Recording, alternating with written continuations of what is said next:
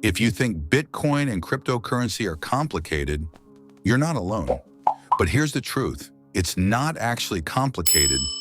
It's just never been explained the right way. You use money every single day.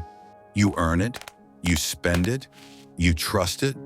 But you've probably never asked one simple question. What actually gives money its value? And who really controls it? Because once you understand that, Bitcoin and cryptocurrency stop looking confusing and start making a lot more sense. Bitcoin and cryptocurrency are often described as complicated, risky, and only meant for experts. But the truth is much simpler than that. Most people don't fail to understand Bitcoin because it is too complex. They fail because it is explained in the wrong way. So let's break it down in the simplest way possible. Imagine money as a system of trust. When you send money through a bank, you are not actually moving physical cash. You are trusting that bank to update its records and confirm that the transaction has happened. The entire financial system works on this idea. Banks keep track of balances, governments control supply, and institutions act as middlemen for every transaction. This system works, but it has problems. Transactions can be slow, accounts can be frozen, fees can be high, and most importantly, money can be printed at any time. That means the value of your money is not fixed. Over time, it loses purchasing power. You might have more money in your account, but that money can buy less. This is something most people feel but rarely understand. Now, this is where Bitcoin comes in. Bitcoin removes the need for trust in a central authority and replaces it with a system of rules. Instead of a bank, there is a global network of computers. Instead of a private ledger, there is a public ledger called the blockchain.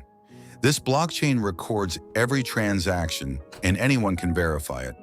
When you send Bitcoin, your transaction is broadcast to the network, where it is checked and confirmed by thousands of independent participants. No single person controls it. No government can stop it. And once a transaction is confirmed, it becomes extremely difficult to change. This creates a system that is open, transparent, and resistant to manipulation. But what makes Bitcoin truly different is its supply. There will only ever be 21 million Bitcoin. This is not a prediction. It is a rule written into the code. Unlike traditional money, which can be printed endlessly, Bitcoin is scarce, and scarcity changes everything. Because when something is limited and demand increases, its value tends to rise over time. This is why many people compare Bitcoin to gold. But Bitcoin has advantages that gold does not. It is digital, easy to transfer, and can be verified instantly. You don't need to trust anyone. You only need access to the network. And this is the first big shift. Bitcoin is not just money, it is a system that removes the need for trust. Now let's talk about cryptocurrency as a whole, because Bitcoin is only the beginning. After Bitcoin was created, it opened the door for thousands of other cryptocurrencies. Some of them try to improve speed, some focus on privacy, and others aim to build entirely new systems on top of blockchain technology. One of the most important developments in this space is something called smart contracts. These are programs that automatically execute when certain conditions are met. Imagine an agreement that does not need a lawyer, a bank, or a third party to enforce it. The code itself handles everything. This idea has led to what we now call decentralized finance, or DeFi, where people can lend, borrow, trade, and earn interest without using traditional banks. This is a completely new way of thinking about finance. But with opportunity comes risk. The crypto space is full of projects, but not all of them are valuable. Many are created just to take advantage of hype. This is why most people lose money. They don't understand what they are investing in. They follow trends, buy during excitement, and panic when prices drop. But the real value of cryptocurrency is not in short-term price movements. It is in the technology and the system behind it. Bitcoin remains the strongest example of this, Because it is decentralized, secure, and has stood the test of time. It has no CEO, no company, and no central authority. It runs on code and consensus. And this is what makes it different from everything else. While many cryptocurrencies come and go, Bitcoin continues to grow stronger as more people understand its purpose.